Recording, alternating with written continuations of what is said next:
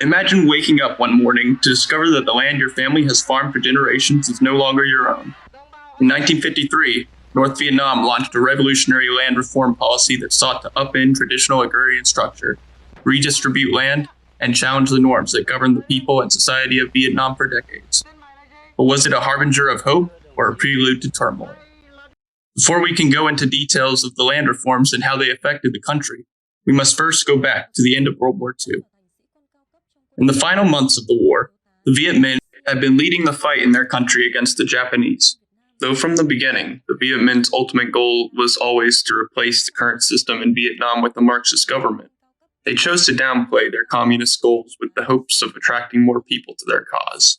Ultimately, this plan worked with the combined tactics of making alliances with other nationalistic groups and assassinating leaders of rival groups who would not conform with their plans. A large portion of people of Vietnam were fed up with being ruled by foreign powers. As soon as the victory over the Japanese was accomplished, the Viet Minh rushed to take over as much land area as they could in both rural and populated areas of the country. Doing so, they established a strong foothold prior to the French returning to attempt to regain control of their former colony. On September 2nd, 1945, Ho Chi Minh, the leader of the Viet Minh, announced the formation of a Democratic Republic of Vietnam, which made claim on the whole of Vietnam, but in reality only had real total control of the northern half of the country.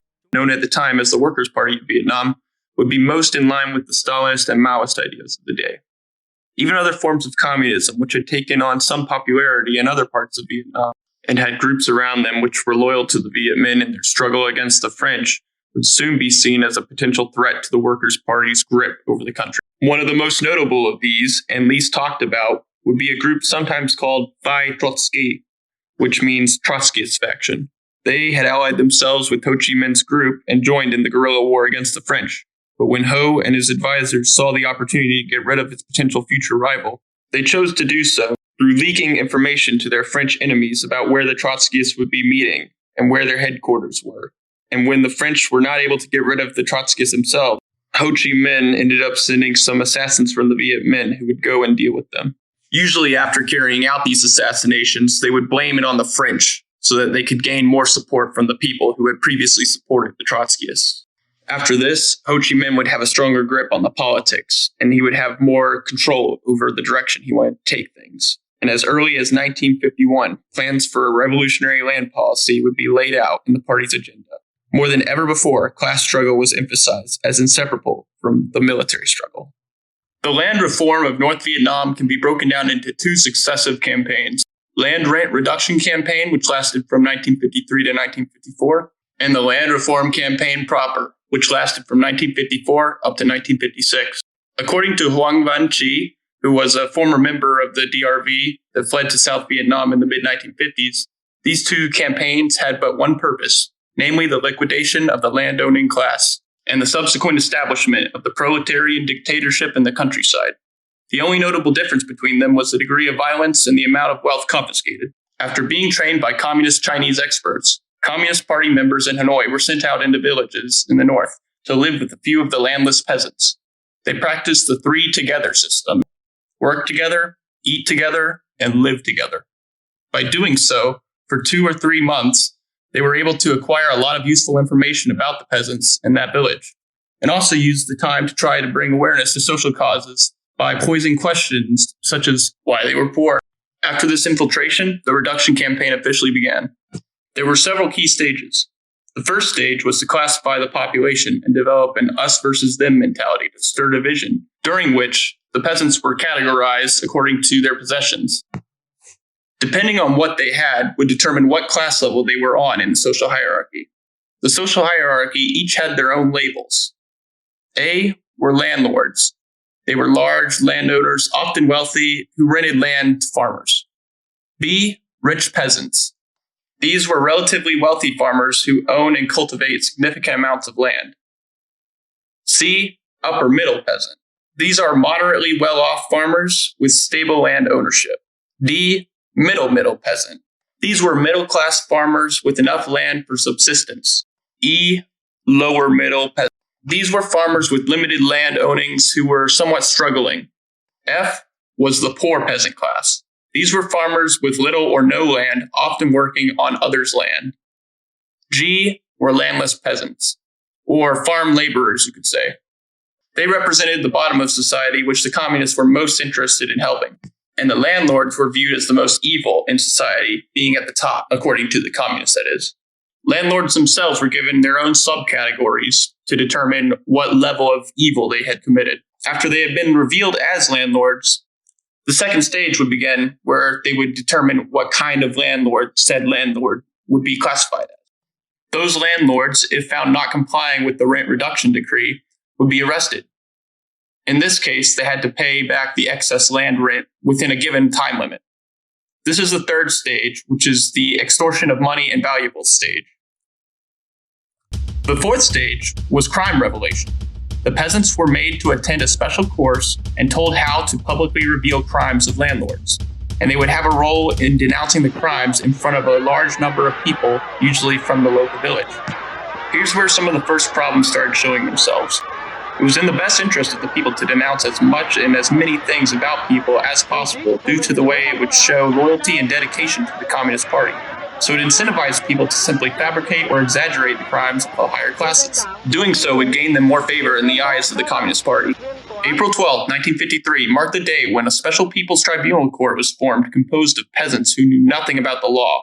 They created a type of people's court system to punish those in various landlord classes for their various accused crimes. Sentences varied radically from a couple years of hard labor all the way up to the death penalty. The first and most well-known case of a landlord receiving the death penalty was Nguyen Thi Nam.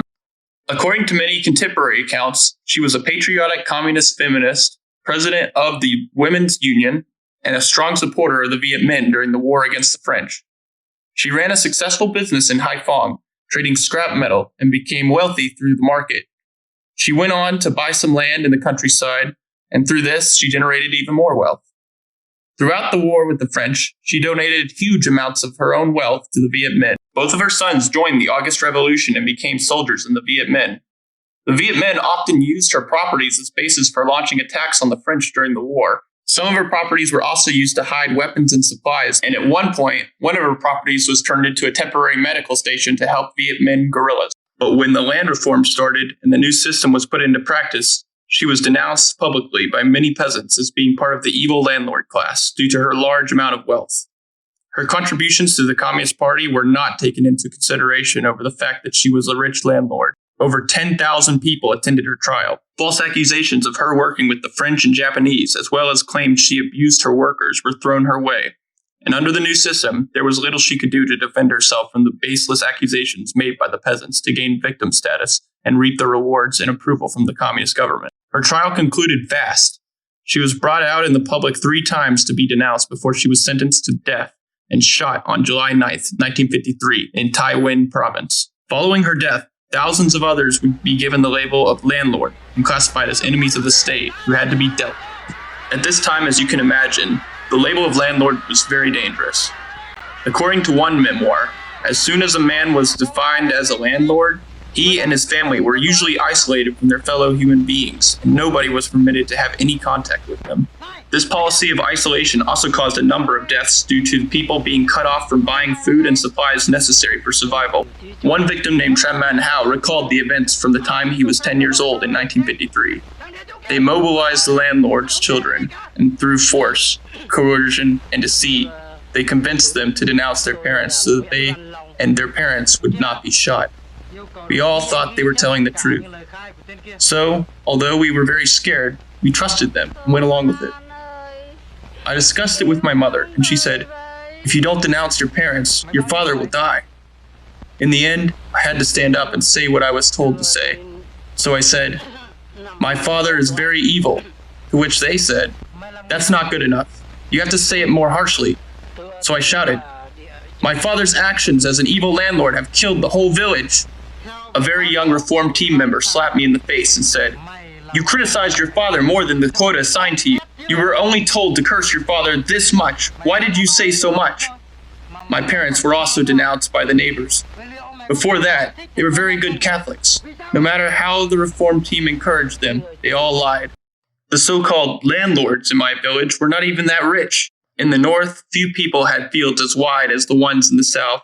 Just a few acres of land and a few buffaloes, and in the eyes of the communists, they were qualified to be labeled as landlords. The accusations kept coming, and there was nothing anyone could do to defend themselves when they were accused, but pray they would show mercy. My father was one of the very lucky ones. After I denounced him, he was imprisoned for several months and released because my family was demoted to middle peasant class D. I remember my uncle Luong, who lived near my village, was shot to death. Through his death, the revolutionaries deemed it that his blood had paid his debt to society and allowed his family to be demoted and requalified as being the lower class. And as a bonus reward for denouncing Mr. Luong, 100 kilos of rice was awarded to his family. My grandfather's younger brother, who was a very famous monk in the district, was denounced to the point of hanging himself. You may ask, what was the point of the monk in the temple being a landlord? They accused him of being a landlord just as an excuse to destroy his temple. My great-grandfather, who was nearly 90 years old at that year, had white hair and a beard. Yet they took him to the field to dig a hole and denounce him just because he had the biggest house in the village. My great-grandfather was one of the founders of the village. He was denounced and screamed at for hours until he fainted. He asked to be shot so that he could be at peace, but they didn't shoot him. They locked him in the kitchen next to my house and didn't give him anything to eat. Every night he called to me through the window, "Mr. Howe, please give me some rice." My mother sometimes secretly threw him a handful of rice through the window so that he could survive. A few months later, he died. My grandfather on my mother's side was a poor farmer that owned 2 hectares of land. He was accused falsely of being a landlord as well. He had worked hard all his life plowing his own land and usually could not even make enough food to eat. He was a kind-hearted man, though, and on occasion he would lend the neighbor a few bushels of rice on the rare times he had extra. This was deemed to be enough reason to be accused of being a landlord. People used the fact that he had rice to lend, and the neighbor who had taken the rice turned around and accused my grandfather as well. Then other people in the neighborhood followed the trend and piled on with their own made-up accusations against him, saying, "He has so much money and wealth and lives a carefree life off the backs of others." The People's Court decided to sentence him to death. The decision of life or death were arbitrary, decided by whatever the People's Court felt like on a day-to-day basis. The night before the execution, my aunt grabbed a handful of rice and went into the communal house yard where my grandfather was locked up to ease his hunger. When she crawled to where my grandfather was tied up and touched him, he was already dead. His body was stiff and unconscious. The next day, they took his body out to bury in the cemetery. Even his own children didn't dare to burn incense for their father out of fear of being seen. Many years later, the neighbor who had led the mob to denounce my grandfather went to the South. He came to visit my family and apologized. My father remained silent and didn't say a word of blame. After the meal, my father told my mother to give them some money for the transportation. No one can measure the devastation of a cruel and wrong policy. The way the land reform policy was implemented collapsed an entire system of social morality and destroyed the relationship between neighbors, families, and relatives. According to documents from some investigative agencies of the Democratic Republic of Vietnam, many high-ranking party leaders were put on the list of denounced officials. The local people did not know that these were high-ranking government leaders. They just denounced them because they saw that they were children of the feudal mandarins and landlords in the past. Much like during China's own Cultural Revolution, in North Vietnam, many old books, such as those written in Old Chinese and Old Vietnamese Nam scripts, were burned to try to erase Vietnam's history, which was viewed as not being in line with the current direction the party wanted to take. Communal houses, pagodas, temples, churches, and shrines were destroyed. The Catholic community in particular was viciously targeted due to their perceived closer ties to the French through their religion. This caused a large portion of them to flee with their lives when given the opportunity when the Geneva Intervention in 1954, called Operation Passage to Freedom, was launched.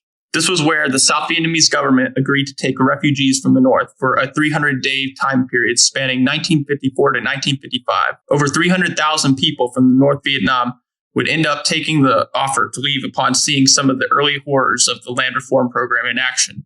But many were prevented by the North Vietnamese government from leaving. Those who stayed would face continuous hardship from the radicalized people's courts and the terrified populations who would make up false allegations about people for personal gain or for fear of being seen as not victimized enough. Things got so out of hand that by February 1956, the the central government of Vietnam made a formal announcement of the failure of the land reform program meeting its goals of achieving the justice they wanted. Though they downplayed how many innocent people died and made a public effort to show that they were doing something to try to fix the problems they caused, they did nonetheless, at least for the time, admit something had gone wrong. They then scapegoated a few people to try to make amends. They removed a few people from authoritative positions. The state-run newspaper, known as Nan Yan, reported in August that a number of loyal Communist Party members had been killed. Political pressure caused the General Secretary of the Communist Party of Vietnam at the time, Trung Chin, to make the decision to publicly resign from the position, but he did remain in the Vietnamese Politburo for the time being. Ho Chi Minh, who had been the face of the Communist Party of Vietnam, went in front of the National Assembly and cried in front of a crowd while talking about the shortcomings of the land reform program. All the while, these dramas were going down and supposed measures were being implemented to change the ongoing problem, people continued to suffer from it. And in some places, people were emboldened enough to publicly protest the very idea of the land reform program. According to the state-run newspaper, the campaign to correct the mistake itself also had its losses when some of the supposedly rehabilitated people returned from their imprisonment. They went on to take revenge on those who had wrongly accused them.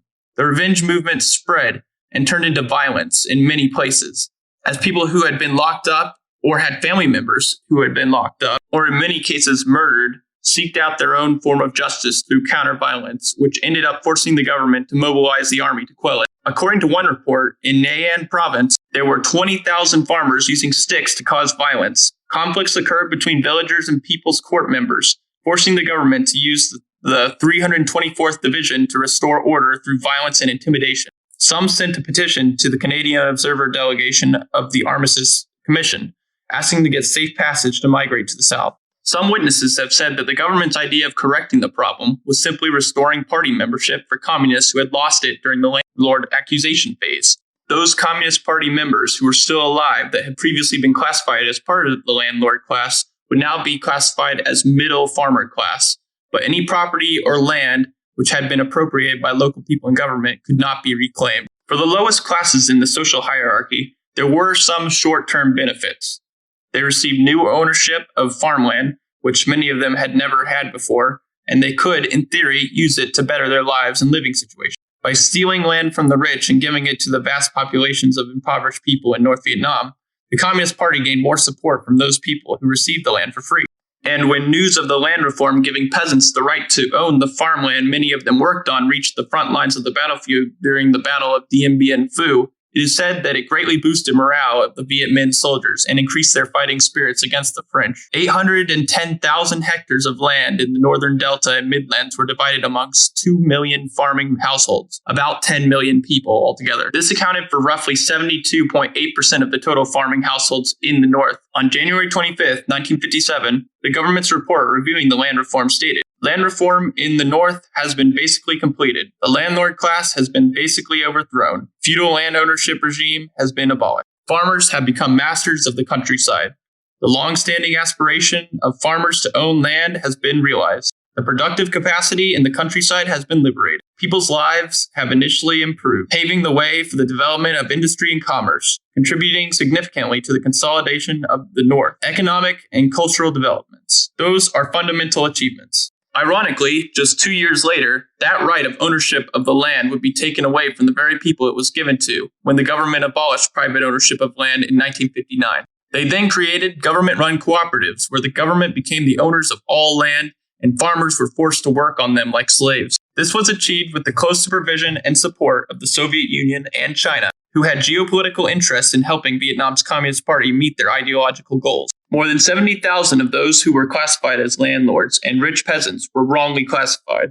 The total death toll is still very hard to calculate due to heavy censorship from the Communist Party of Vietnam and an active cover-up. The lowest estimations from unreliable communist sources plant the death toll to be around 3,000 people. The highest estimates have it at over 200,000 executions, but this number is also likely an exaggeration. Scholars and academics place the likely real number to be somewhere around 13,500 or more people executed. According to the Vietnam Institute for Economics, 172,000 individuals were designated as landlords and rich peasants, of whom 71% were mistakenly categorized. Although we can't know for sure how many of them were executed, it does paint a decent picture of the sheer scale of the land reform situation. Currently, the Vietnamese Communist government continues to cover up information about the land reform event. If those who are passionate and knowledgeable about history do nothing, the historical truth will continue to be distorted. It's my hope that this video sparks more interest in studying this time period in Vietnam's history. Let me know in the comments section if you've heard of this event before, and if there are any other things about it you feel I've left out about it.